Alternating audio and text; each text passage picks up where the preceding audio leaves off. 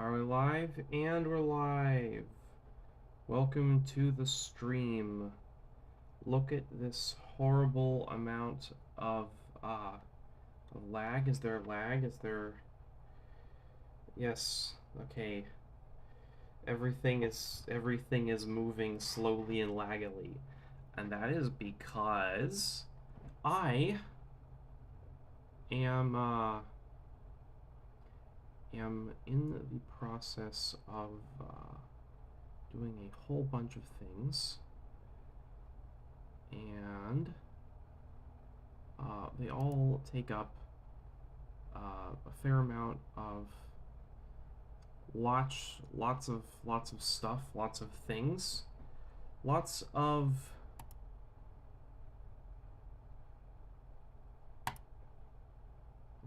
how you say, lots of CPU power, computational resources, the whole deal, all that, all that substance, and that is all to say. Okay, I'm trying to figure out what my setup is all going to be like here. This program, by the way, if you're just joining us, which nobody is, because who would believe what we have heard? To whom has the arm of the Lord been revealed? Nobody. That's what I tell you, nobody. But yeah, this program is HyperSpeedCube.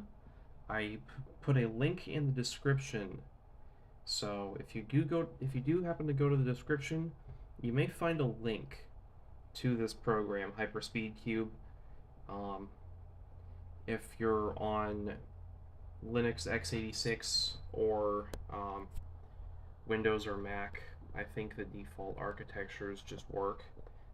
It's a zip or tar.gz or xz or something you can unzip, and it's just got a single binary in there. This is written in Rust. You can also download it off GitHub and stuff. Anyway, what this program is, you can kind of see as I move it around, look at it stutter a little bit. It doesn't do that when I'm not streaming. My CPU is hovering around 80% right now. High 80s. Oop, there it bumped to 100 quickly. It's a whole thing. Normally when I'm streaming it hovers around 40 to 60. But this thing also, when I have this open, it never goes below 40, whereas usually it's around 10, so. Something interesting came in the mail. Hi Justin, welcome to the stream. I don't know what you're talking about. Good for you. Happy birthday. Yeah. Hello. Okay, sorry. By the way, if it looks like I'm reaching over to like see the chat, that's because I am. That's because this part of my screen there with my mouse, my phone is right in front of. Ooh, 32 core ARM server. That's a lot of cores. Honestly, anything more than 4 is a lot of cores. Lots of things are. Boy, I could use 32 cores right now. This thing is eating up my CPU. This is a program called HyperSpeedCube, and you can. It is a 4-dimensional Rubik's Cube essentially, and it is pretty cool. Basically, so what's been happening is. Wait. If we go. Look, mommy, I solved the cube. But yeah, so there's different ways to explain how this thing actually works. If we just switch to, let's say, a 3D Rubik's Cube. Yeah, discard, I don't care. I was never going to solve it anyway. So here is a basic 3D Rubik's Cube, right? It's, you can turn it. I'm just doing an algorithm. I'm not sure what it does on a solved cube. Yeah. basically it's a Rubik's cube. If you've seen a Rubik's cube, um, you can you can know what it does. And I'm just undoing with Control Z because that's a shortcut this program has. Right, so that is a basic Rubik's Cube, and I can control it with clicking on the faces. Click on any tile, and it will just turn that tile's face or that sticker's face. What happens if I show back faces?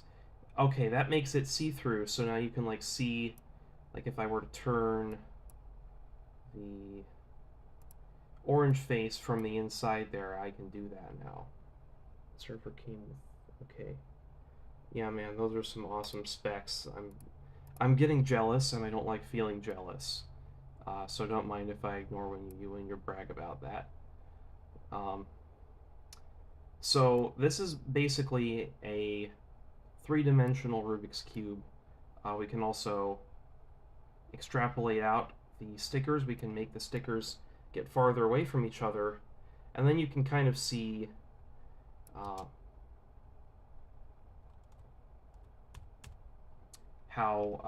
that works. I don't know how the... There we go. Okay, that works exactly how I expected it to. How did I do this? Okay.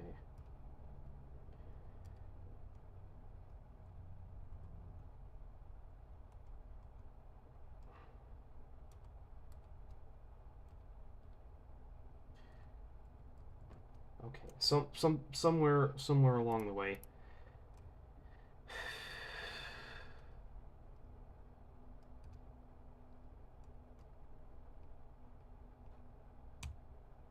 What is, oh. Yeah, I haven't worked out the controls. I've got a keybinds reference over here. And the numbers and letters you see on the keyboard are actually, these are just standard Rubik's Cube notation for doing all these things, but I'm not good at them. You can see if I hold down Control, it shows you what else to do, like save or... Wait, why is this R prime? Okay. It looks like it's actually not. That's bizarre. Maybe it's an optimization thing. Again, this program is called HyperSpeedCube. It's ostensibly for speed solving. I'm just not good at speed solving. So that's a 3D Rubik's Cube. We can kind of put the stickers a little bit farther away from each other. So you can see how if we were to start with a simple Rubik's Cube simulation, make it see-through so you can see all the back faces and stuff, separate the faces and make the stickers a little bit farther apart. So it looks like you've got these like flat planes, these squares that are, and you can still move them around and they'll like transfer over. It's kind of obvious how they'll work if you're at all familiar with the concept of a Rubik's Cube, right? However, here is the cool part. We can actually extrapolate that into the fourth dimension. Boom! A four-dimensional Rubik's Cube. And this is pretty much analogous to what you saw before. So like this is a top face, and instead of being a square, it is now a cube. And each of the sides are cubes. You'll notice there is a cube in the core now in the inside. However, if we rotate it, there is also another one, and that purple cube, that purple face, just or cell as it's called in the community, is now on the outside. So if I were to move the faces back together, something like this. You can see how there's a pink there now. If you if I do this,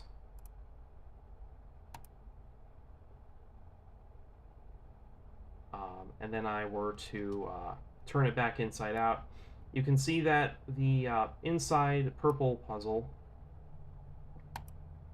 is still the same, but the effect that that move had on the outside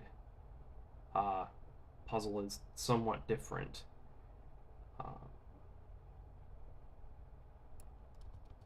Now, in fact, if we just go through and undo all of those moves, with the full zoomed out picture, you can kind of see a bit better what's going on.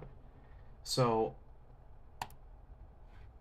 that is the basic look of a four-dimensional Rubik's Cube, and of course you can also just show how that looks. There's also other moves, like if you click on a corner, it will turn around the corner, which is just a shortcut for turning like this and like this.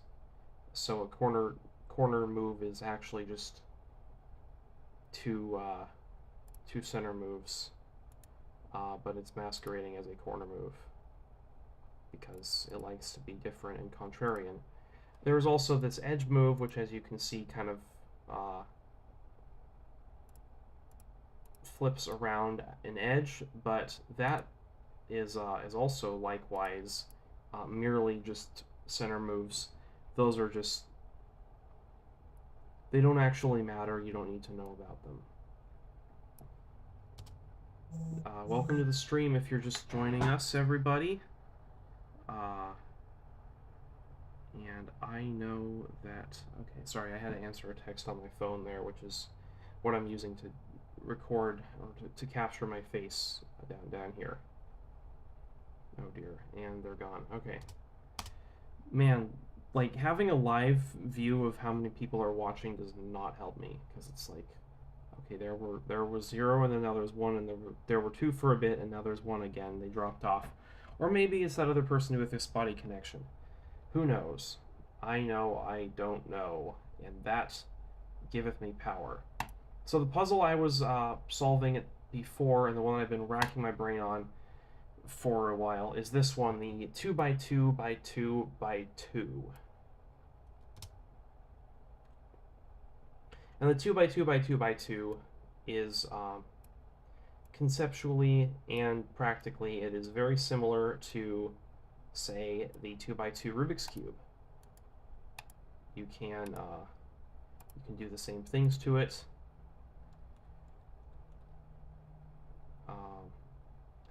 And it will generally behave the same way, mostly. However, obviously it has 2 more faces. It has an interface, which you can see if we separate out. Ooh, what a view. I've never actually seen it with this view. I usually zoom the stickers away from each other first. Yeah. So it's got a... What is your opinion on going to college versus just having certifications for getting a job in IT? I mean, okay, before we start, I have to say that I have done neither. I kind of wanted to do one or the other, and neither of them really materialized. My life has just gone in a different direction. But basically, you want to do, like, if you can get like a full ride to college or something, like if it's going to be free, or if you trust the people who are going to pay for it to not ask you for their money back, and if you want to do the whole college thing, do it. I'm not going to tell you not to do it. Like, do what you want to do. But like, I have heard that they have a lot of other stuff that you need to learn besides just the actual IT stuff. Math is one thing. Math is kind of polarizing. Like, either you love math or you hate math. I kind of see both sides, because like, I like the theory of math. Math has some very cool things in it, But like the actual math you do for school is just so tedious and boring and lame. Um, and like there's a YouTube lecture that I haven't actually watched, but I've seen the thumbnail several times, where basically doing instead of teaching understanding, they just teach you to be thorough and rigorous with math, and that's like kind of the trap that math teachers and professors have a tendency to fall into, because if you work really hard on it, you'll get good grades, even if you don't actually understand what's going on. But the important thing with all of this stuff is to understand, and a cert is kind of an easier way of proving to the institution, to the system, that you do know what you're talking about. Uh, that said, I have absolutely no experience with either, and so you should not take my word for any of this stuff. That is just basically that is the trickle down take that I have about all that stuff. So if you treat this, if you put the purple on the inside, this is a normal 2x2 Rubik's Cube. It works exactly the same. All right, thank you for the response. Yeah, no problem. It's a good question, and I wish I had a better answer for you. Except that would require me to have gone through stuff. It takes effort, and I'm a lazy person, so I just tend not to bother. Right, so let's scramble this bad boy. For instance, like if we do a 2-move scramble. Wait, this is a 2-move scramble? There's no way that's a 2-move scramble. Okay, boom, it's solved. It says right there in the bottom left. So yeah, when there's only a couple things that have even happened, it's pretty easy to figure out what else must needs happen. So, for instance, with this one, we would go something like this. Boom, and it's solved. Also, yeah, did I mention the turning? If I turn like this, check that out. And the place that these pieces that end up over here are coming from is the outside pink face, which is away. So that's kind of how that moves, and it takes a little while to get used to how it moves visually, but after a little bit of manipulating it in this hypothetical 3D plane, you can kind of get a decent sense of how it works. Now, I haven't actually solved a 2x2x2x2 yet, ever. I have tried. You saw my attempt earlier, maybe, if you tuned in time, or maybe not. Beginning of the stream, I was working on it, and for the past 2 days, I have been just clicking away at it, not being able to figure out what to do. So here is a full scramble. Behold the full scramble of the 2x2x2x2. We can turn it inside out every which way, and you can kind of see what's going on with this puzzle. So what I'd like to do first, by the way, in case you're curious, it is possible to build a physical approximation or physical representation that is mathematically equivalent to this 4D, this programmatic. Basically, this is a computer program, which is a one-dimensional object inherently. It's just a string of code that can reference other parts of itself, which is answering text, right? There's things to think about, but basically you can actually build one of these in 3-dimensional space, even though theoretically it's a 4-dimensional object. The problem with building it in 3-dimensional space is that it does not quite look like this, because obviously this this is a move that's not really doable. Like, if all of these squares in this visualization, this 3D visualization on the 2D plane of my screen, these blocks are not the same size. Like, supposedly they're all the same size, but like they're very clearly isolated. They're distended. The middle one is a full cube.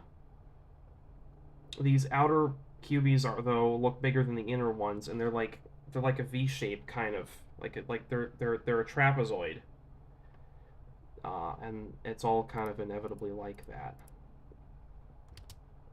And then obviously there is another face outside of here that you can't actually see at all, which is outside of the cube. And if this were a real puzzle that you could actually see, the whole face would be just covering it all up. By the way, the four-dimensional cube shape has also been called a tesseract. If you want to kind of look up the other visualizations of it, you can see that.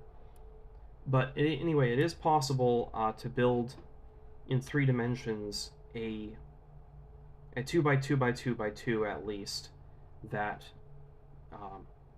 has all of the same mathematical properties, and if you restrict it to a certain move set physically, it will behave in the same way as this 4-dimensional puzzle, which is pretty cool. Okay, now I'm going to try to solve the 2x2x2x2. Now that we kind of gone over the theory. By the way, I did actually order a physical one of this, because I kind of jumped the gun. I got so excited.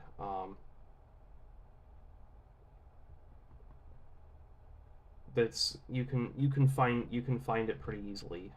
There's a lady who made the original program, the original computer program for this way back when, and she's been pretty active in the community. And recently, once they figured out how to actually, create a physical approximation of this puzzle, she's the one who actually went and got the pieces mass produced, and she assembles them herself, or like bundles them, and then she sends them out. So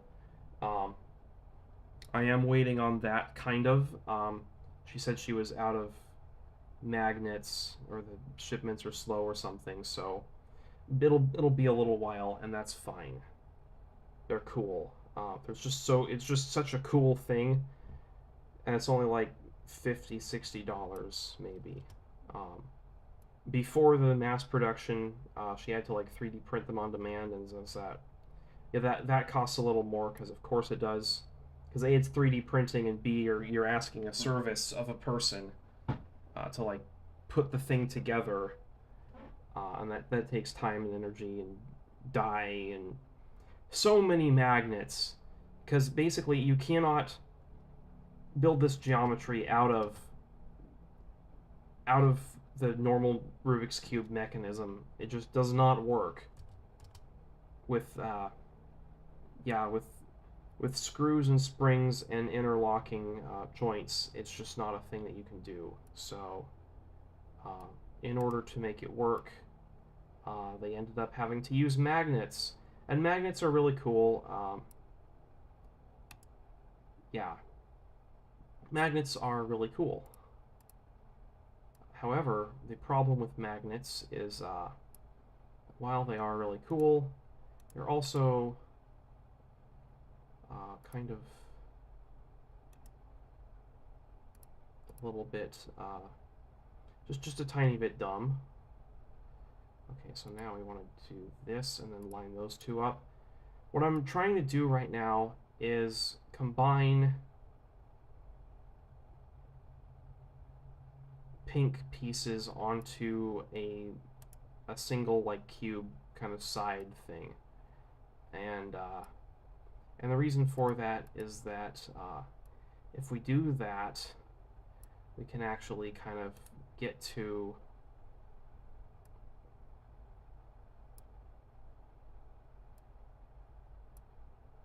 Alright, to solve... Wait, what? I don't know what I'm saying. Okay. Oh, there we go. Okay. Right. So what I want to do is that. Then they're over there. Then we can move it like that. No. Okay. So I move it like this, and then I move it like that. Other way. And then slice over there, and boom! We have solved a side. We have put the pieces together in some kind of order. And now what I want to do is get all of the purple pieces onto the other side. Purple people, purple people, something. That's a thing from a thing. I know that from the thing. I don't know what thing that's from, but I know it's from a thing, and it's all about I know. That's about all I know. That is all that I know about that. So what else do I know? I know I'm a walking contradiction, and I ain't got no rights. Alright, so we're gonna just kind of try to put these guys all up there. Now there's like there's several problems with this. Putting purple pieces up in the top of the thing.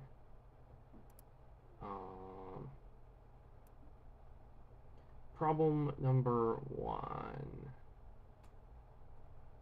What is problem number one? Problem number one is I don't know how, and problem number two is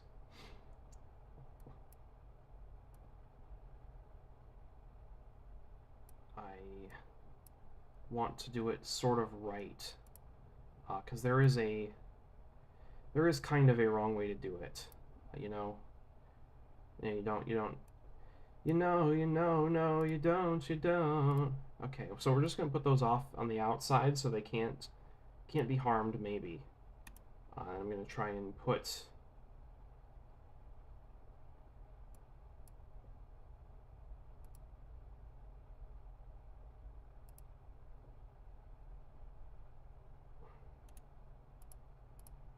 those in somehow back into the pink layer, and I don't know how to do that. Oh, there we go. There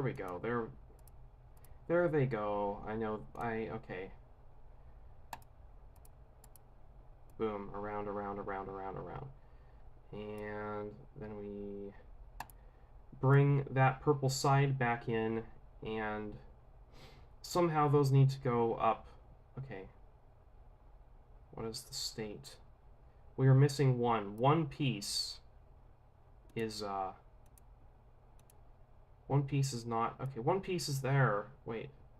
Oh. Okay, so one piece is already up there. Four over here.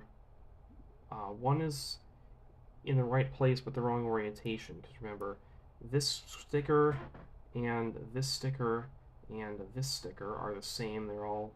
Oh, and also that blue there. Those four, because each piece has four stickers that are each one color and look like a cube. Because it's a 2 by 2 by 2 by 2, so each of the pieces is a 1 by 1 by 1 by 1.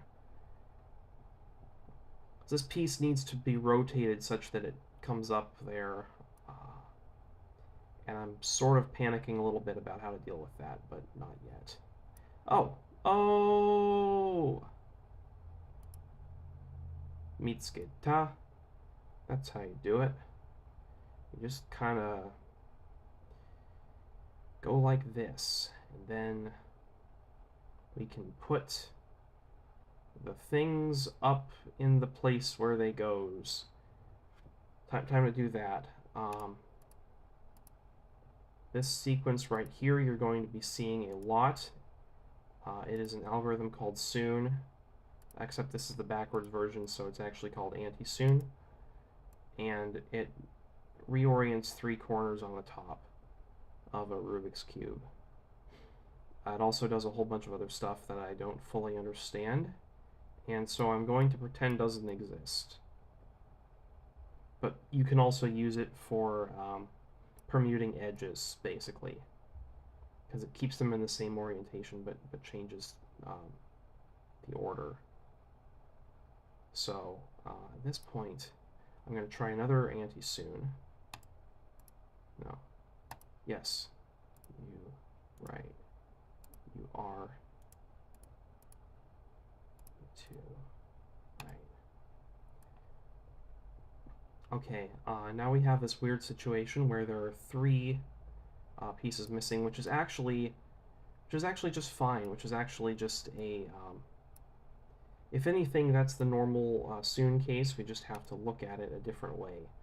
The problem with looking at it this way is that now those other pieces are in a place that shouldn't exist. But you know what? I think I can... No, because... Okay. I want to get this purple onto the top there, but I don't want to break the bottom layer. So what I'm going to do is this secret technique called RKT, which I'm not sure what RKT actually means, but as far as I can make out, basically RKT is when you... Yeah. Yes. RKT is when you basically change how you compensate, like everything you do on the outside cube, you undo to the inside cube, so the inside cube doesn't change while the outside cube does. So if we're going to go R, U, right, U, R, U2, right, and then we reorient that, I guess. There we go. And behold, we have put one more piece up on the top there, and the other ones are not. The other ones are, in fact, out here, in like a headlights sort of configuration. That is also solvable with soon, I think. I'm not 100% sure, but I want it to be, and I think I remember from standard Rubik's Cube that it is. So that means we just need to do another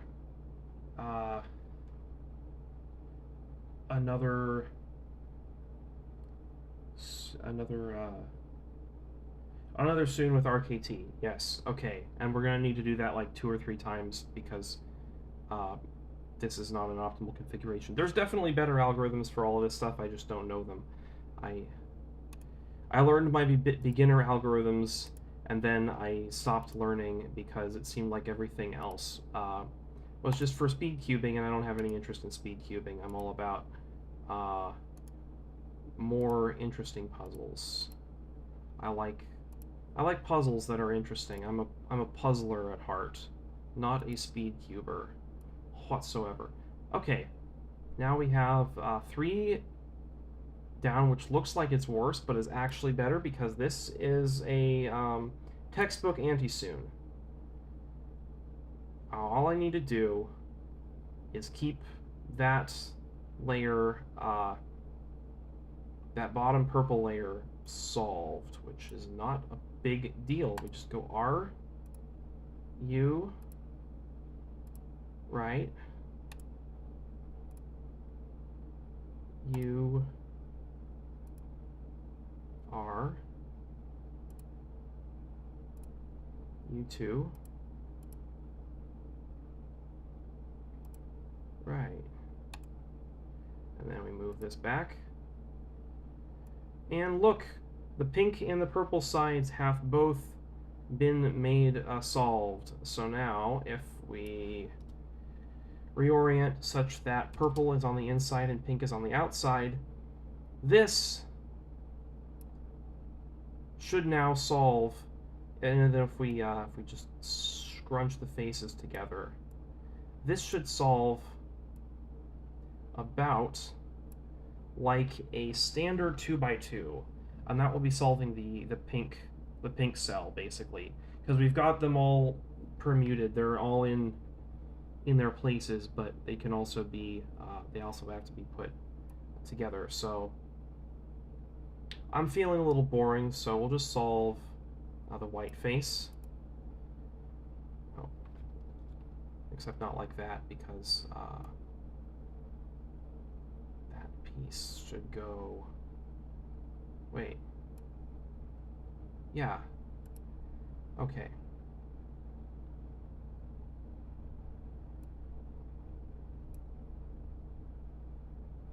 So we put the. Can we just go like this?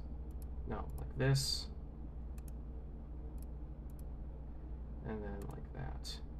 Those two are now together, and so we can put this one in like that, and one more white piece just needs to go up there, which is like this. So bring this down, bring that up, and bring this up. And boom, we have an illegal case. Normally, you can only have three, you can only have one, you can either have 0, 1, or 2 corners up. You normally cannot have 3, which means that this is a case of parity error. Now, parity error is a thing that happens on cubes that are that is considered not normal. And the reason it's considered not normal is that normally it doesn't happen. However, this being not a normal situation, it can happen. So let's look at what's actually going on. What we essentially have is a yellow side that needs... What? What? Okay, I don't... Yeah, well, we have essentially is a yellow side that needs pieces put onto it. So this. Okay, so what's going on? Okay, what happens if I put the purple back on the inside? Right. Okay. Yeah, we're back. Okay, we're back to where we were. Pink on the inside. Yellow on top. Okay. So if we look at it from this angle, what needs to happen now? Well, we've got a... Really, this piece needs to go there, four-dimensionally, because that's the red block, and this is a yellow and red piece, and that should be the green block, yeah. So I need to take this piece out and put it here,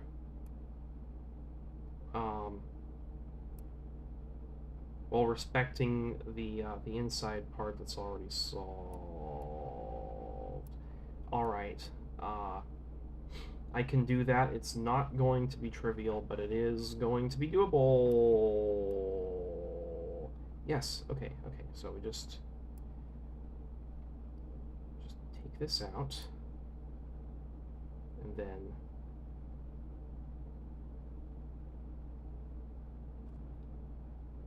there's got to be a better way to take that out, surely. Oh.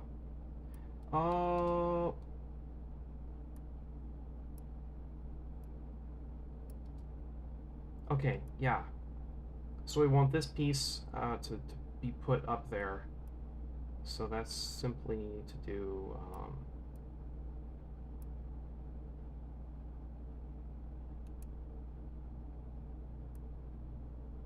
that didn't do anything because that was the part that was already solved.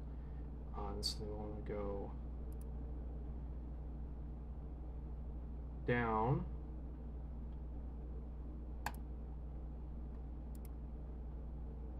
And then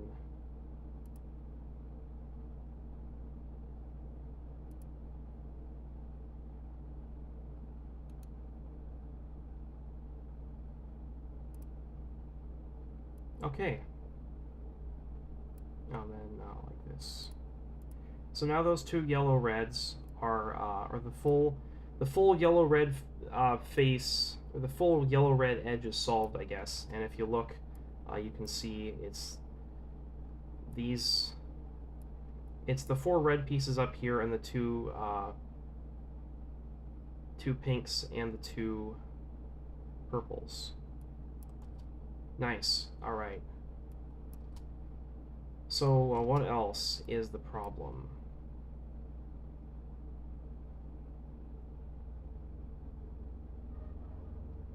Wait. Where were we? Yeah, we were solving for yellow corners being upside down. So basically there are two... Yes, the yellow-red face is fine. Next logical step would be to make the yellow-green face.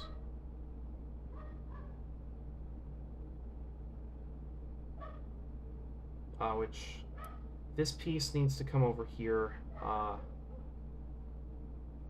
Yeah, and this piece needs to rotate.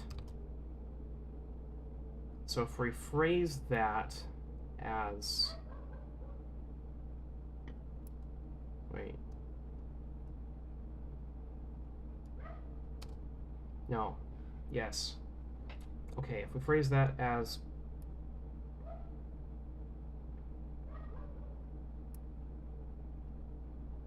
What am I phrasing this as?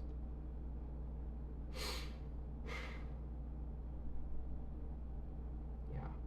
Okay, the pink and red face is absolute. The pink and yellow face is what's absolute, and therefore so is the pink and red face, because the pink-red face is solved.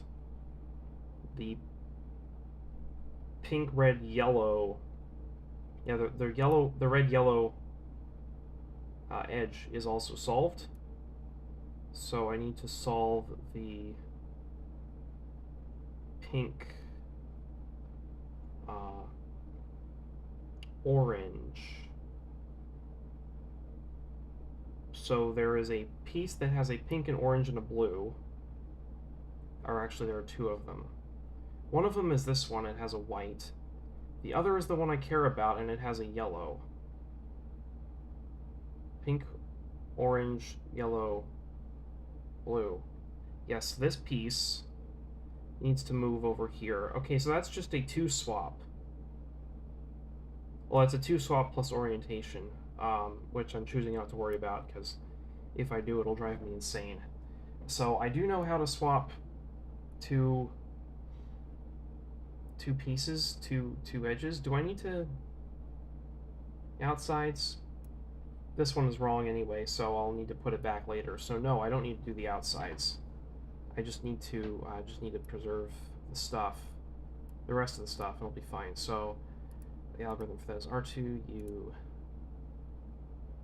R2 we, R2 D,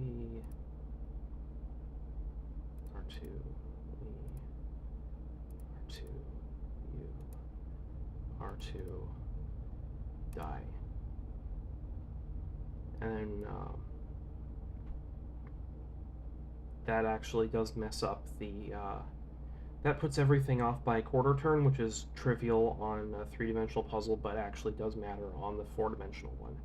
Because it's actually swapping 3 corners, but it feels like swapping 2 because of how the number 4 works or something. Like, there's only so many permutations, and so even though it looks like you're doing one, that one is just a single rotation off from the other, but it's not actually quite the same thing. Okay, now where are we at? Okay, that one needs to... This corner needs to rotate while preserving the yellow. goes. Wait, so what if I have a feeling that's not gonna work. No, what am I doing? Okay. Reorient. Reorientate thine self. Wait, so I solved the... Oh, that's right. You know, because I solved the pink and the purple together, but then I wanted to do the actual putting them... I got them oriented, but I needed to get them permuted. And I was doing that, and I ran into parity. And I didn't know what to do about it.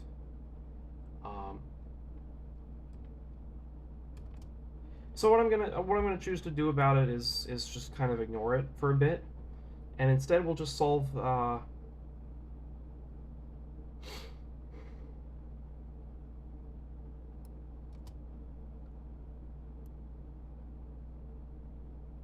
We'll just solve the pink with RKT. So first we need to put the white side together.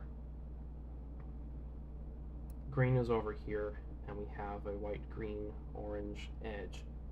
The other green is white, green, red. So that one needs to come over. Wait, no. First we need to put whites on their side. So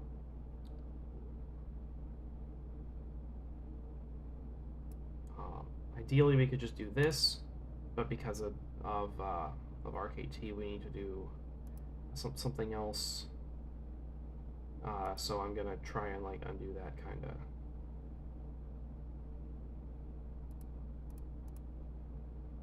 Alright, and we're back. Now that one is actually miraculously in the right place. So what is our situation here? We've got one down there that's fine, and one that's on the bottom facing the absolute wrong way. Bye. If you're gone, if you're not, it looks like Yorka's internet. Okay, so that's white, blue, and green.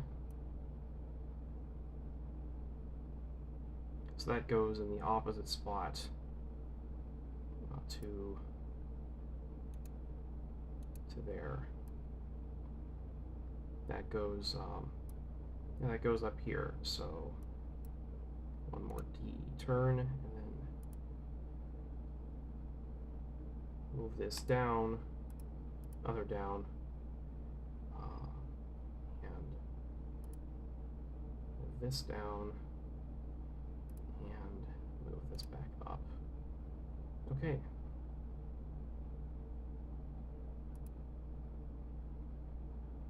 And undo that problem. Nice. Welcome back. So what is my state? England is my city, but state I'm not so sure. Okay, that was a dumb joke based on an old meme, which is dead. Mo Shinderu. This is red, white, and blue at corner, and it needs to go between the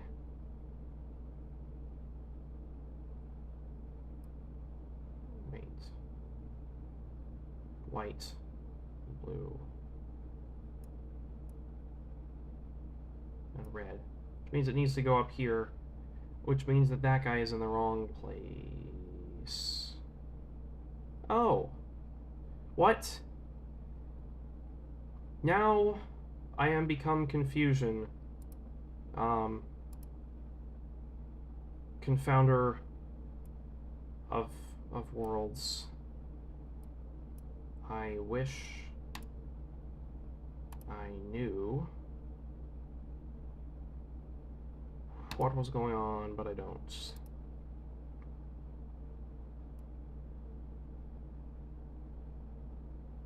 Okay, so that one is orange and blue, and this one is blue and orange. So this one should, in reality, go up there. So we're just gonna die, and then bring the slot down, other down, and This is all somewhat tedious because of the RKT, but it's better, and I do believe it's better. So then go like this, and then bring this back up and around. So now there's only one more white piece on the side left to go.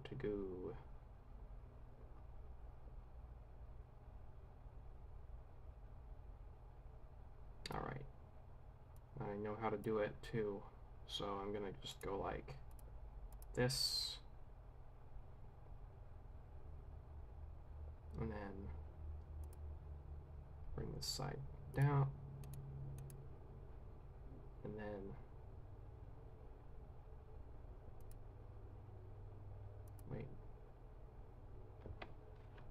wait, what did I just do? Okay. No, I know what I'm doing. I just got a little... I get turned around so easily.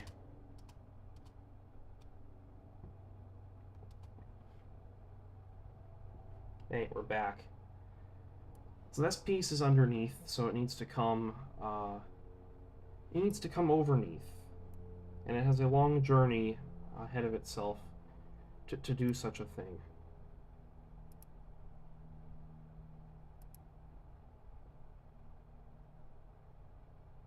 So in order to come down, it needs to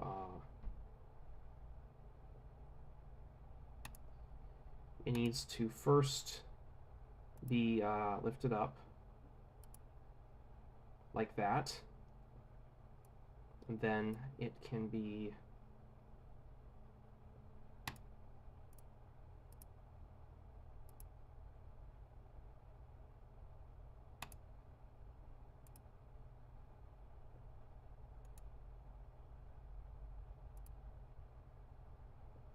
returned to where it once had ought to be. Okay, that's the whole white bit solved. White is now... wait, what? Can't recenter for... oh.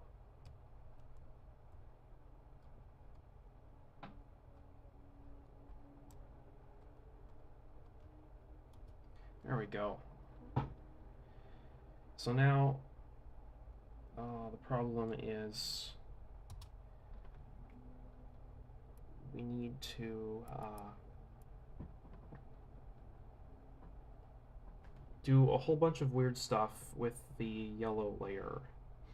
The yellow side. All of the pieces that have any problem with them right now are yellow. None of them are white. White is all solved. And purple and pink need only be permuted. But that's not true, though. They also need to be orientated correctly, because they're not. They just look like they are.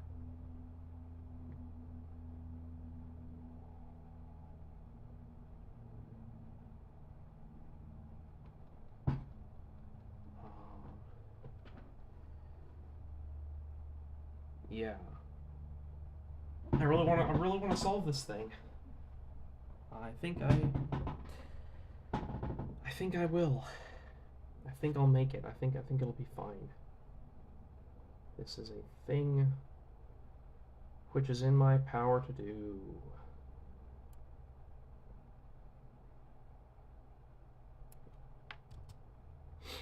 So if we just quickly move the yellow to the inside.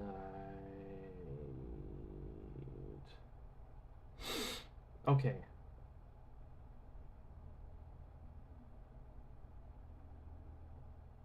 The idea that pink or purple what is up with blue there? What if we treat this as blue's problem? Oh, but then pink and purple are still here. That's the thing, is I don't know how to deal with that. But clearly I have to, because if I don't, then it's just gonna be like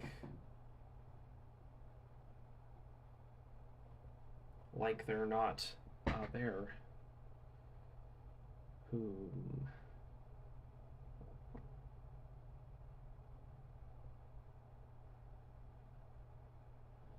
How's my computer feel?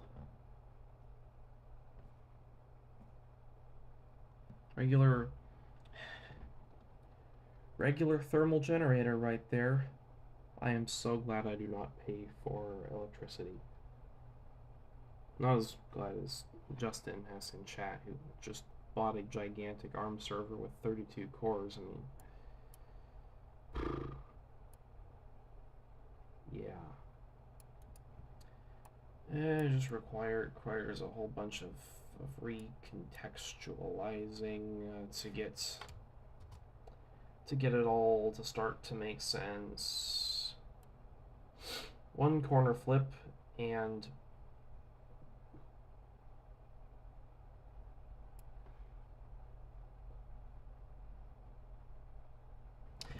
the question is, like, does this always happen, or like what percent chance does this have to happen? I want to fix it. I want it to be so that it doesn't happen anymore. But I also don't want to learn the notation, and I'd feel bad about cheating, you know? No, you don't. Okay, fine, I'm gonna do it. I'm gonna make a brand new tab, and I'm going to go,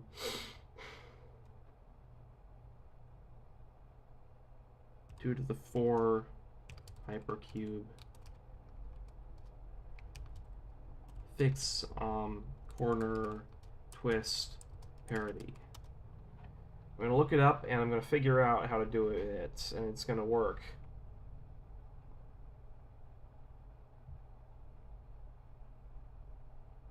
No, that's not right. That's not what I'm looking for. I need the one that specifically says hypercube. This is probably just brave search, not knowing how to.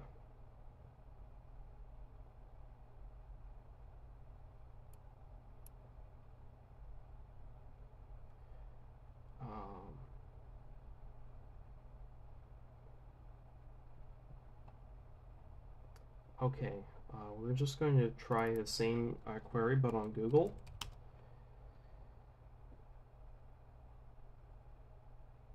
MagicCube 4D messages archive. Let's see if this is it. Superliminal software, by the way, is the same website that you get the Cube, all these Cube programs on, who also sells the thing. And this is just a whole bunch of chat messages that I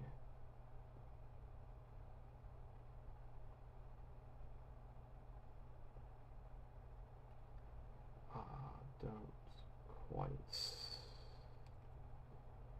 Okay, what about a 2 by 2 by 2 by 2?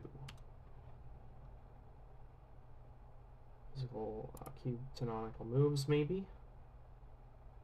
Okay.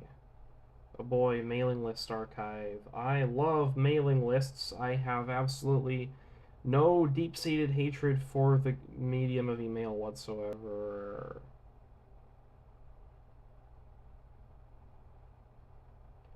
Okay, now they're talking about the physical one.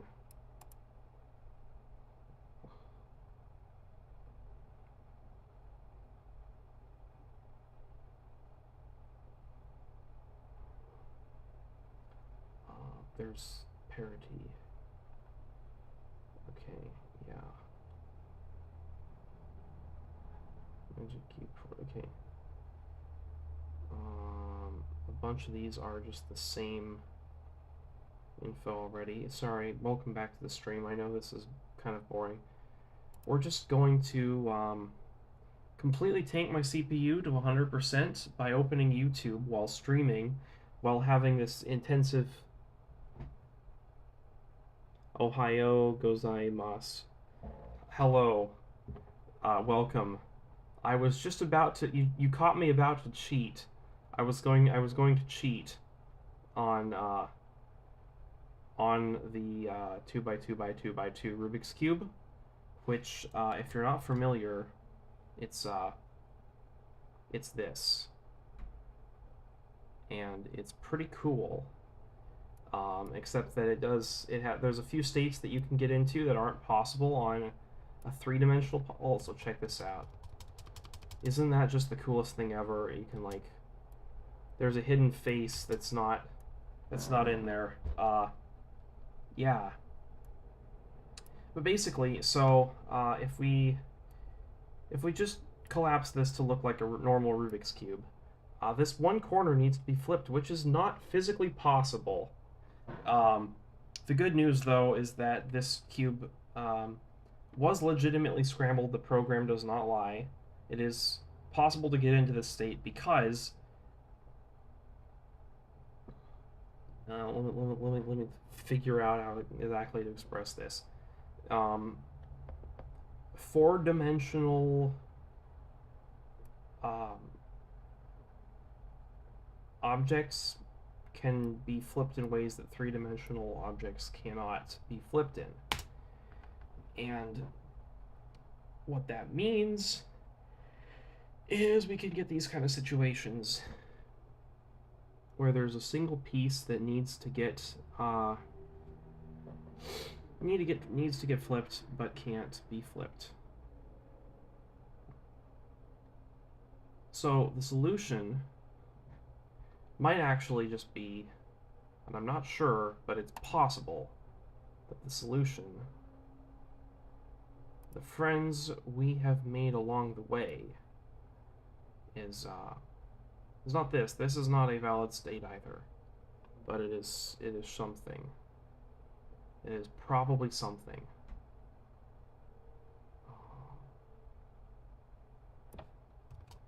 So what happens if I...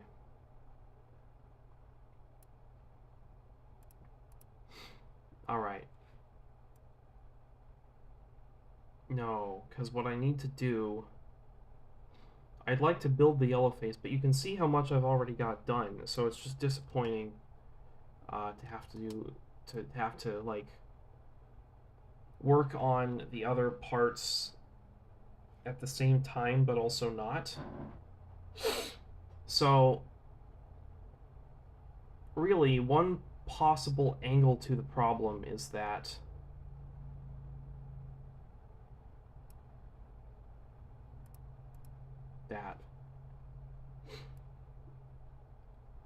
the pink face, no, the pink face is fine except for the one corner, but the purple face also needs some work. It needs to be put in with this is why I was looking up the way to do it. Okay,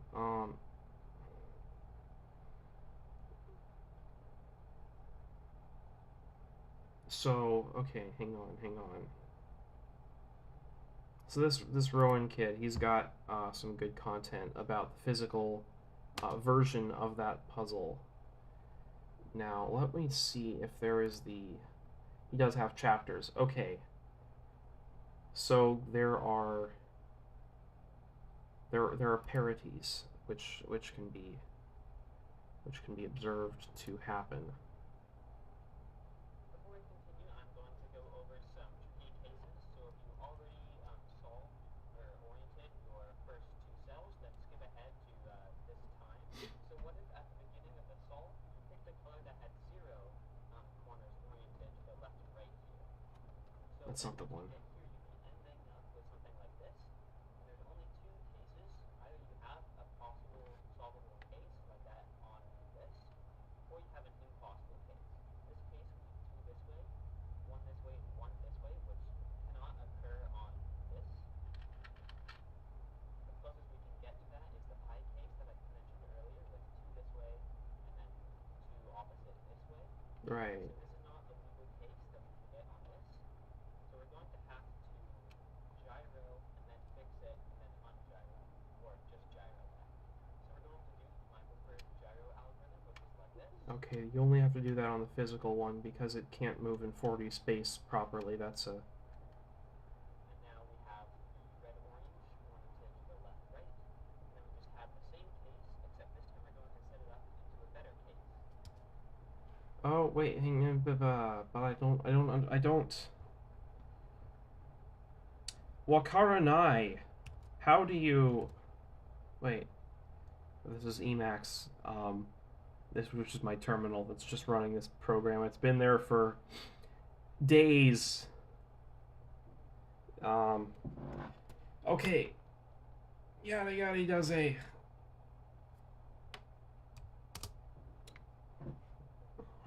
So, you I think you put in a better case. How do you take it out? It's like on the physical puzzle, it makes sense, right? Because you like physically turn a thing inside out, but like for this, like to turn it inside out is just to do that. Like that's trivial. And like mathematically, it's trivial on the physical puzzle too, but it doesn't feel that way, so it's basically not. So what I'm concerned about, also, whenever the window smushes, it smushes my little windows. These are not actual windows. These are just like sub windows. They only exist within the Rust. By the way, did I mention this program is written in Rust? It's called the HyperSpeedCube. There's a link in the description. It's pretty good. And my CPU is only at 90% and going up. Okay. Yeah. There's got to be a way to solve this. I know for a fact there is a way to solve this. I just don't know if I have the strength to do it. I think I got ahead of myself. I solved too much. But like what I have isn't bad.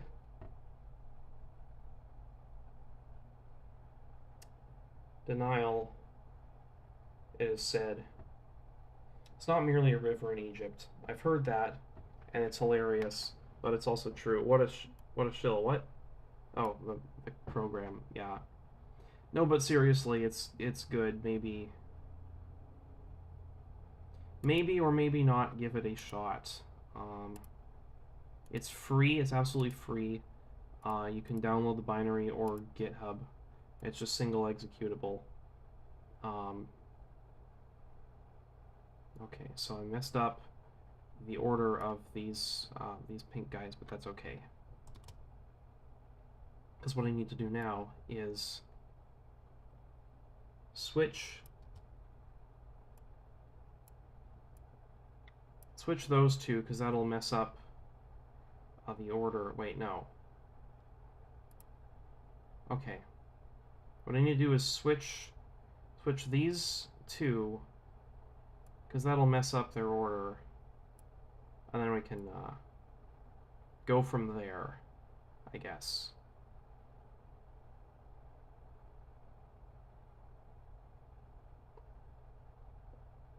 I'm trying to think what else will change. It doesn't matter what else will change. I just want it to all work again. Okay, so here we go. So go R2, U, R2, we. By the way, I use the Rubik's beginner method notation with eyes instead of primes, and I've never liked saying prime, because to me prime is like Optimus Prime, you know, like you don't not the right like the terminology there is not how it should be. So now we've got that. you can think of this as being like that instead. In which case, what actually needs to switch are what actually needs to orient or needs to reorient are the pinks there. So if I just spam soon enough times, that'll probably. Wait, hang on. What happens if I go like this? Okay, boom. Those reset. Nice. Like to keep the half of the cube that I've already got solved somewhat okay. So what I really care about here is putting the pinks back on one side together.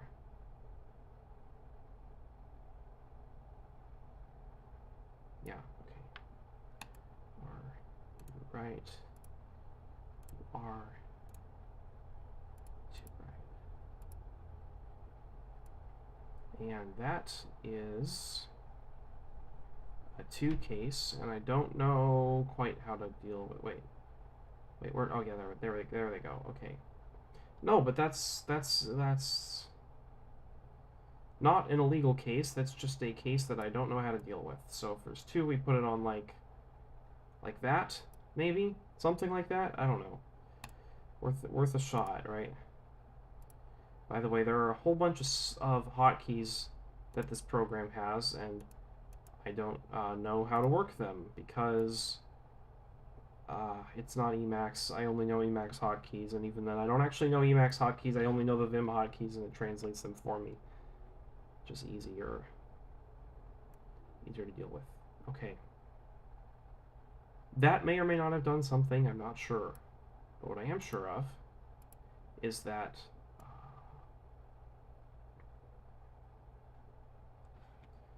wait. Sorry, by the way, when I crane over here, I'm just checking the chat because this part of my screen I can't see because there's like my phone that is doing the video is of my face is like right there. So like there's probably a way to get it to be in a better place, but I don't know what that is. So maybe now, right. Oh yeah, that's right. So what we wanted to do was get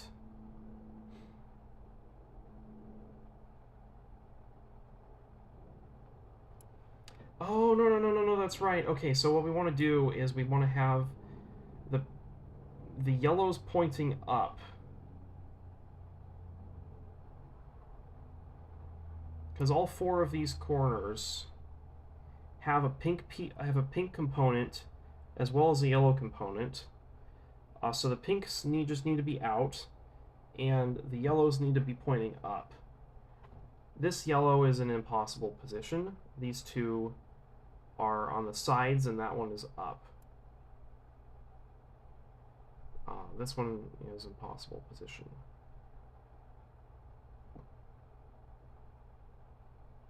Because that's in the core position where it shouldn't be able to be. So what if I just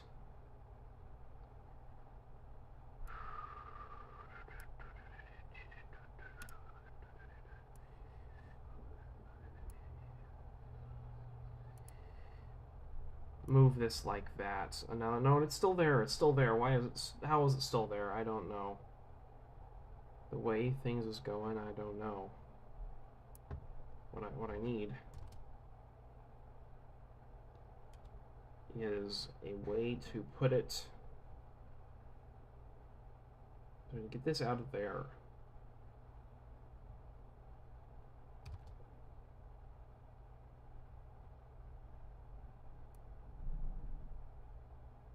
Without.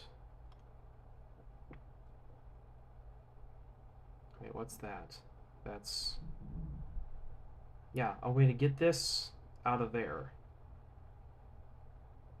So what I need to do essentially is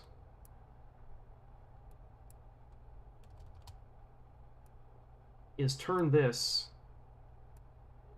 Yeah, okay. I need to get it so that none of the yellows are in this layer. I just need to get... I could turn those two. So I can just spam... I can spam soon there. I know how to... I'm a cuber. I know how to cube. I know like 2 algorithms.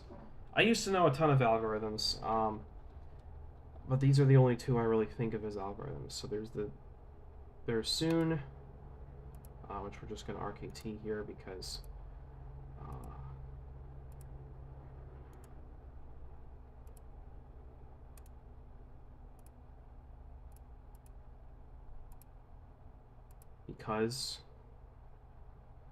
and that's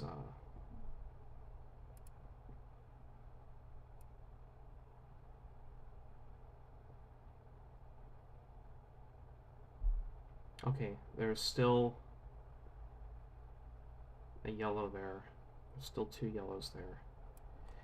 So the only one that we want to, so the one that we want to stay the same uh, is opposite of the soon. So which one is, this one can move freely because it's however.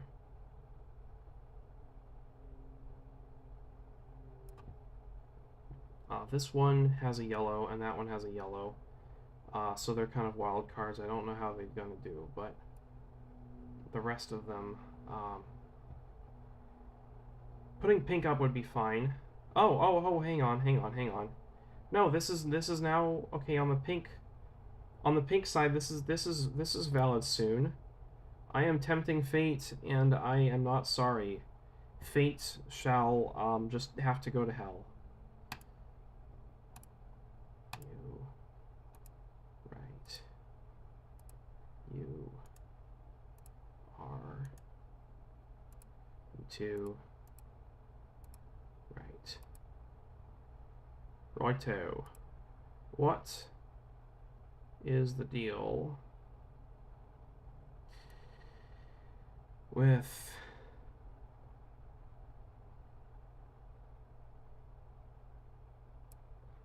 this airline food?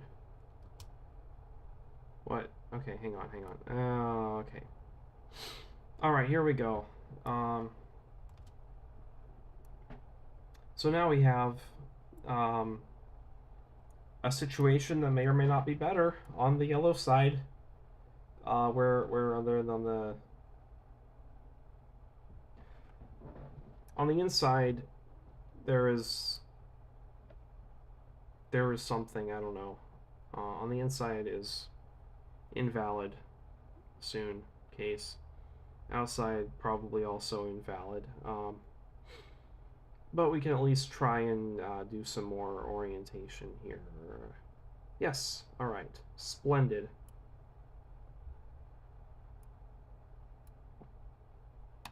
So we just, wait. Do I need to care about? No, I don't, because white is the solved side and it's on the bottom. So I just go like...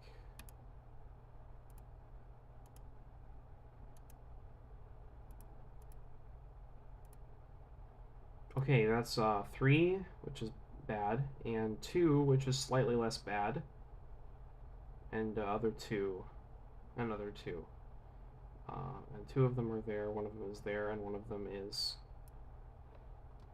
on the out, is somewhere else, somehow.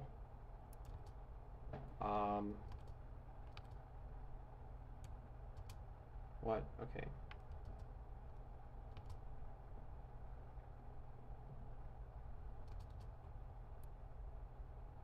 Now it's back where we were, okay.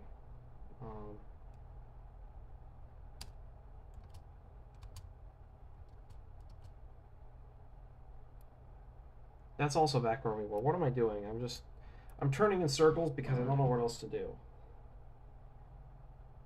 My CPU is like so close to 100% right now. All the cores are active. Excuse me.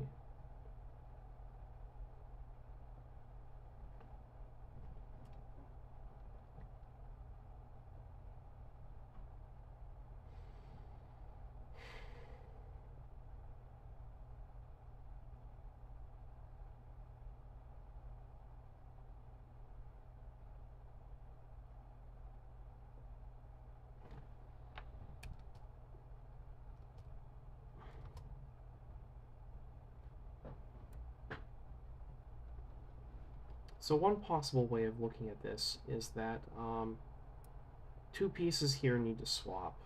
That's a possibility. We could look at it that way. I don't know whether we should look at it that way, but it's worth trying, you know. So in order to test that possibility,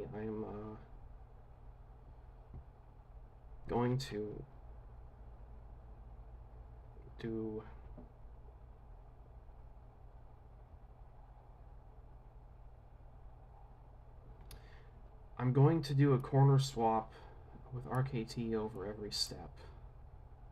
R2, U, R2, we, R2, V, D, R2,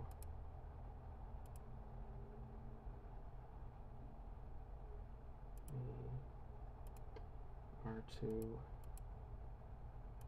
U, R2, and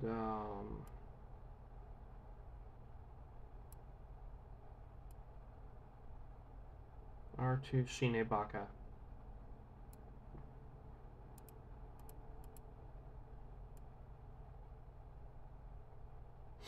So that probably didn't do anything, but it felt like it did something. So I'm just going to pretend like it did something. What else can we do? Reorientation. Well, it's just some do some orientation. I'll do some spurious soons there.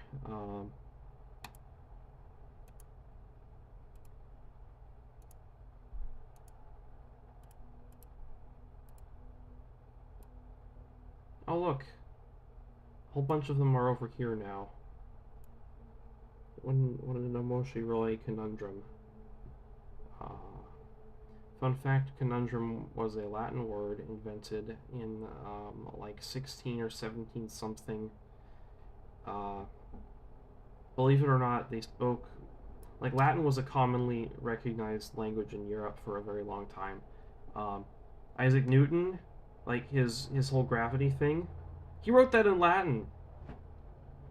Yeah, it was totally a thing. It was like, yeah, Latin was huge for a very long time. But you know, like medieval late Latin is like barely even Latin anymore.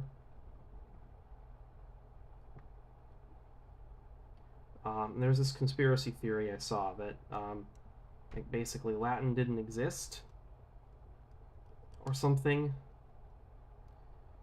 Because I know like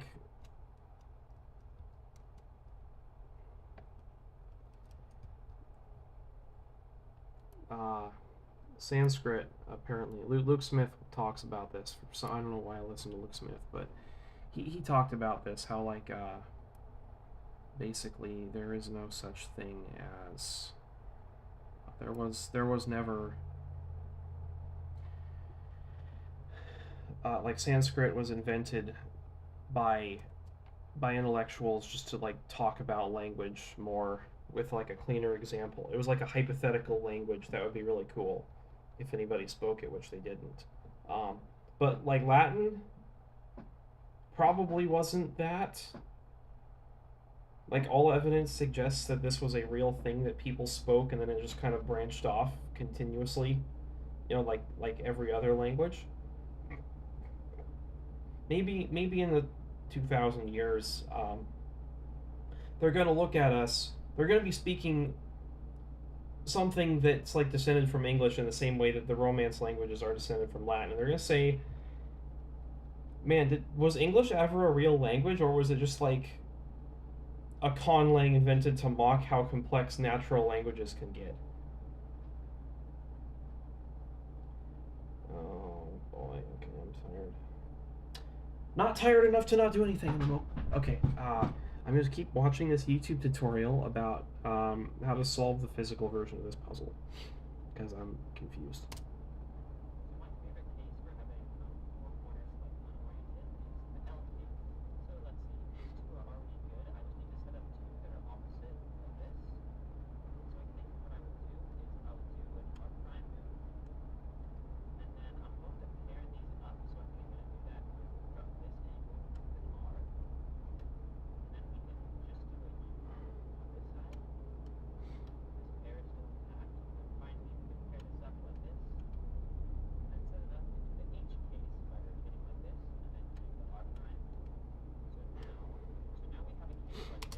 It's not translating at all. I can't figure it out.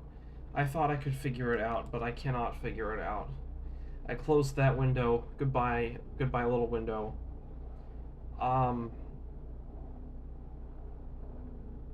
There's an anime that one of the AniTubers I'm subscribed to made a video about, and I'm not going to watch it. I'm not going to watch the video until I watch the anime first. So I'm going to have to watch that before I can watch that video. And I feel like I have to watch the video now. Now it's a smaller creator. I'm subscribed to them. It's my duty as a subscriber to watch the video. So I'm just gonna quit. I'm gonna go buy discard puzzle state and exit. All right. So this goes to 1, and this goes to 1, and this goes to 11. All right. Nobody's watching us. Cool. I don't care who's watching.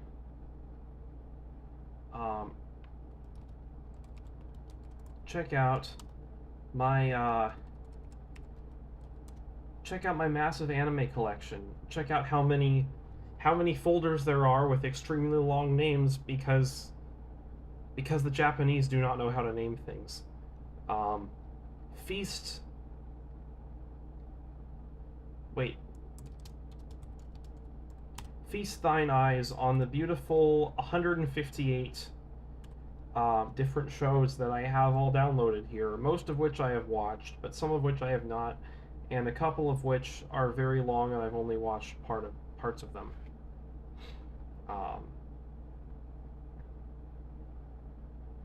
Though those are, of course, the ones with the shortest names.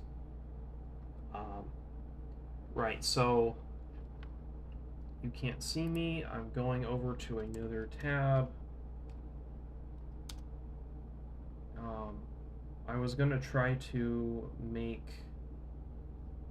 Wait, really? We're in episode 7, episode 8 times. Don't tell me.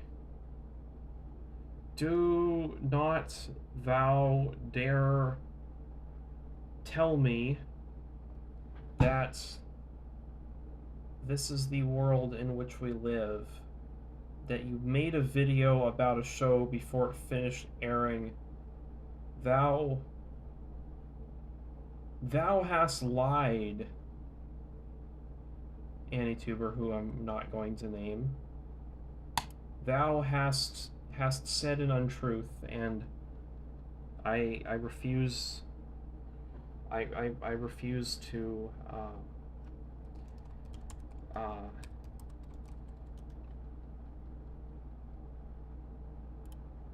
There we go. Nope. Okay, it's still on episode 8. What is the point ever of like talking about something before it's finished? You don't know what's going to happen. Like, if it's never going to finish, cool, we can talk about what there is. But if it's like, if you just waited 4 more weeks, I would watch it. But now I'm not going to yet. I'm going to wait 4 weeks.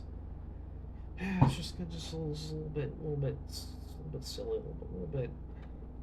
I don't know. Oh, did I show you this laptop though? So this laptop, it's a Toshiba L655D, and it is running FreeBSD right now. But I mean, it's off right now because I don't have anything to do with FreeBSD. I mostly just installed it to like make sure I could, because somebody on the internet said that they like tried to install it on theirs and it didn't work. I was like, that's weird because it works on mine. Like, everything works. All of the drivers are just there. They're fine. Honestly, NetBSD would probably also work. But you know what? All of the Linuxes work. Beautiful, beautiful device. Slow as rocks. It's got like a dual-core AMD Athlon. It's supposedly from 2012, but all the parts say 2009 on them because I took it apart. Every single piece. I replaced the screen. The RAM and the hard drive are easy to replace. They've got their own little slots. But if you want to like replace the screen or upgrade the Wi-Fi card, you have to take the entire computer apart. The order in which this thing comes apart is maddening. Because let me see if I can remember how to do this. So obviously battery. This battery is an upgraded battery. The battery came with like half this size and only lasted like 30 minutes. Windows could probably squeeze a little bit longer out of it, but that's also Windows. Then you might think, okay, so you see these like screw holes around the outside, and there's like 1, 2, 3, 4, 5, 6, 7, 8, 9, 10, 11, 12 of them. So you take those out, and it's like, okay, there's more screws here and underneath the battery, and there's 1, 2, 3, 4 of those. So you take the 12 screws off from the side and the other 4 screws from underneath the battery, and then the extra 1 screw here that's completely different from all the other screws. And you think, okay, now I can just lift the bottom up, right? Nope. You cannot. First,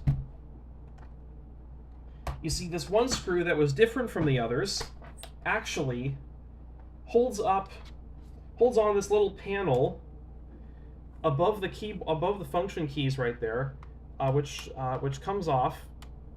Well, when the screw's not on there, it clips on, and the screw holds it on tighter. So when you take the screw off, you can like unclip it, and then underneath this little panel, this thin strip panel, there's like 5 more screws holding the keyboard on, and so you have to take those off. And of course, the keyboard also plugs in to the motherboard, which is right below it. So you have to take that off. And then there's screws in the motherboard that connect to the bottom panel, so you can take that off. And then so basically it gets to the point where you have to keep every step of the way, you have to flip it over and take out a not insignificant number of screws, and it just gets to the point, like, by the way, you'd think the screen would be the easiest thing to take off, right? There's just 4 screws on the sides. Nope, it's the hardest thing. It's the, like, that part is the easy part, but there's also other parts. So many other parts. To get at the hinges, whole thing.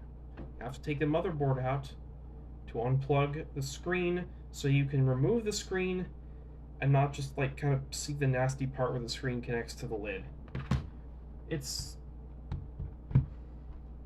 Honestly, it's pretty wonderful, because it's just like such a neat piece of engineering how they squeezed, you know, everything in this computer is upgradable because it's old, decently old. Lock battery, and it's back.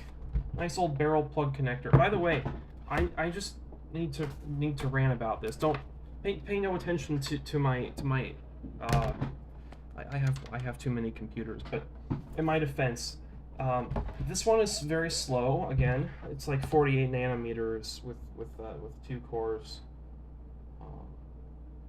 It gets very, very hot, very, very fast. Sounds like a jet engine every time you boot up. This MacBook is cool, but it's an M1 MacBook, so on Linux the sound doesn't work, and on macOS it's macOS, which is mostly fine, but not entirely. This ThinkPad, this one I am mad about. It is a ThinkPad L13 Yoga, so it's like a 13-inch computer, looks like a ThinkPad, bends around back, so it's like a tablet, and it also has a little pen. It's like a proper like Wacom touch pen thingy. There is a bezel there, but it's not too bad. It has a webcam, and it has another webcam on the bottom for, I don't know, if you want to be one of those people who take pictures with iPads, there is a camera on the other side for if you want to be one of those annoying people. Also, this doesn't really function like an iPad, but it's billed as one sometimes. Fingerprint reader. Fingerprint reader actually works on Linux. It's pretty cool to have sometimes, kind of, I guess. Fairly neat if you can get it working. Internals, it's decently powerful, not much to say. One thing about this computer, this isn't the main thing, but this is just something to be vaguely aware of. You can't really see it on the video because my lighting is fucked, but there you go. See, there's like a little thing there, but this is a card reader, supposedly. The idea is you take a card. Let me just get a Joker playing card here. This is the Firebird set from Bicycle. Came out several years ago because I haven't bought any new cards since then because now I have computers. So basically the idea is if you had like a credit card or something that needed to be read by a computer, you could stick it in there and the computer would read it. I took this thing apart. It turns out that the card reader is just a piece of plastic.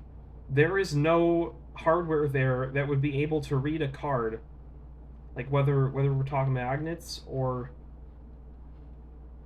light or anything else. It's just a lip. It's just a pair of plastic lips that are just sitting there and counting on the fact that no one will actually know what they're for to be able to test whether they do anything. It's like cosmetic on so Transformers, right? They turn into like cars and stuff, but like on the robot form, there's like pieces of the car hanging out because of course there are, because it's a car and you can't just, you're not like molecularly rearranging it, at least not normally. Canonically that is sometimes a thing that happens, but that's like by and large not the way that Transformers work.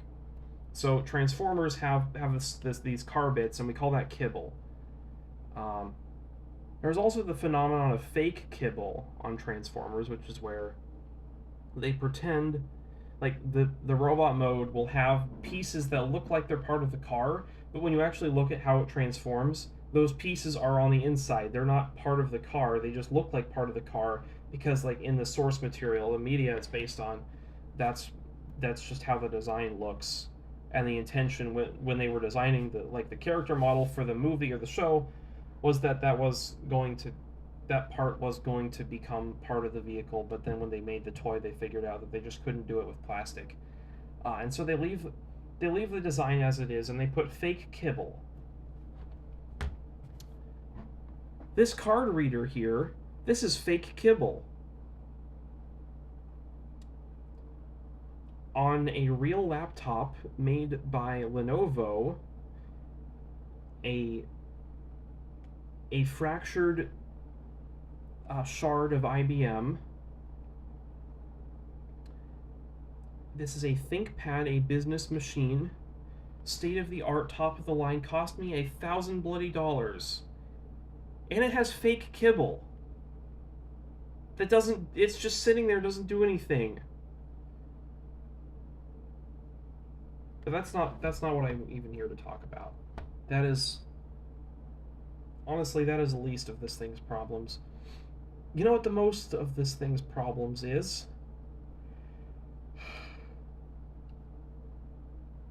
I'm gonna need to do some yawning because this is just heartbreaking, and it's horrible and stupid.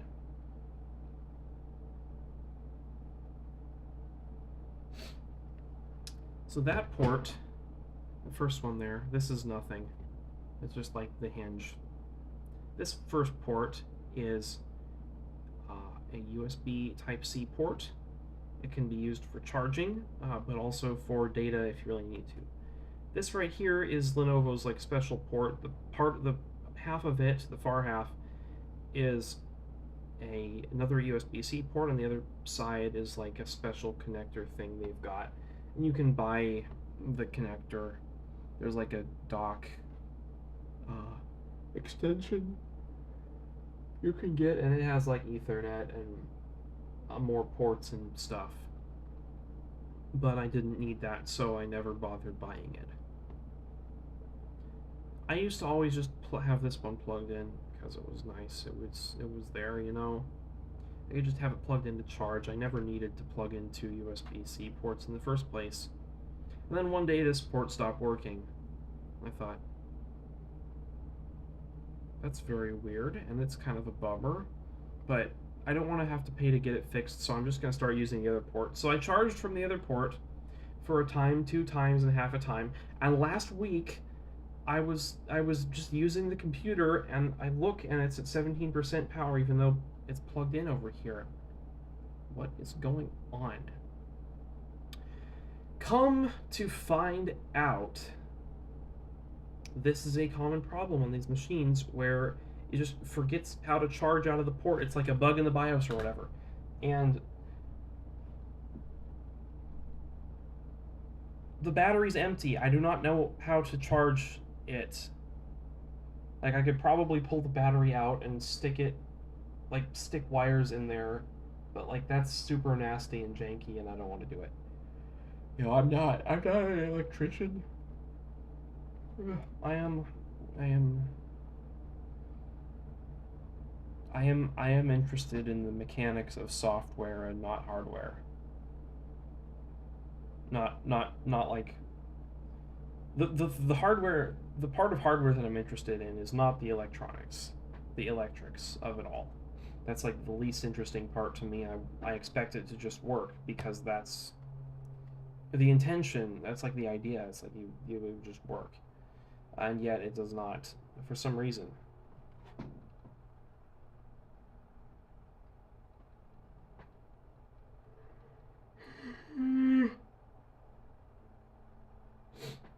If you'll excuse me, I'm not yawning. It's like I could take him out and do now and stop yawning, but then I'll be up till 2 again. I wouldn't like to be up till 2 again. So anyway, short summary. This computer is now bricked because it forgot how to charge twice out of both its freaking charging ports. It's basically just $1,000 hunk of aluminum and plastic now. It barely lasted a year. I am sorely disappointed. Actually, more than a year, like a year and a half maybe. I don't remember when I bought this, but it was my last place, my last job, so it must have been between a year and 2 years ago. So that's the situation we're in now. This is this computer. It was the best computer I had before I bought the M1 MacBook.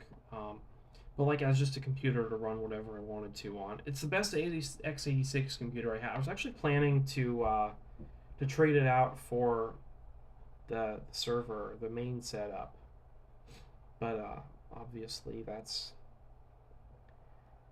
not gonna happen. Since the stupid thing has forgot how to freaking charge.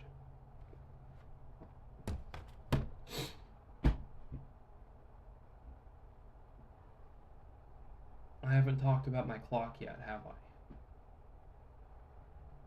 I? I haven't, which is good. I don't want to talk about my clock. I bought one time I bought this computer. It was also a Lenovo that could fold back, but it wasn't the same model. And it's a decent computer.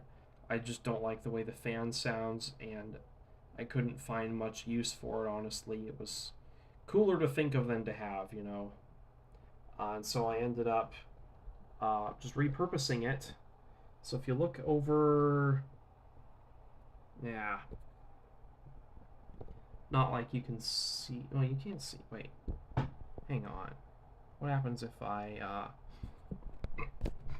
okay, switch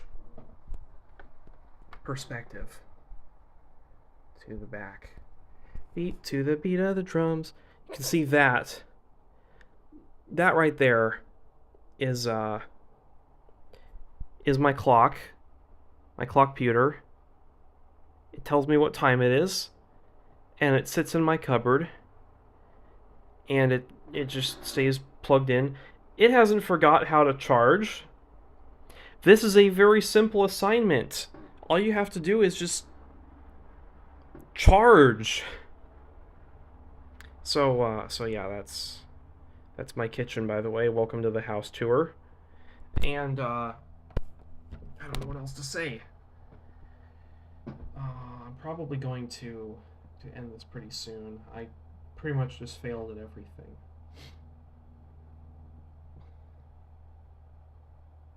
Why did I do this? Oh well, thank you for watching. Goodbye. And stream and stream and stream. Thank you for watching. Goodbye. Goodbye.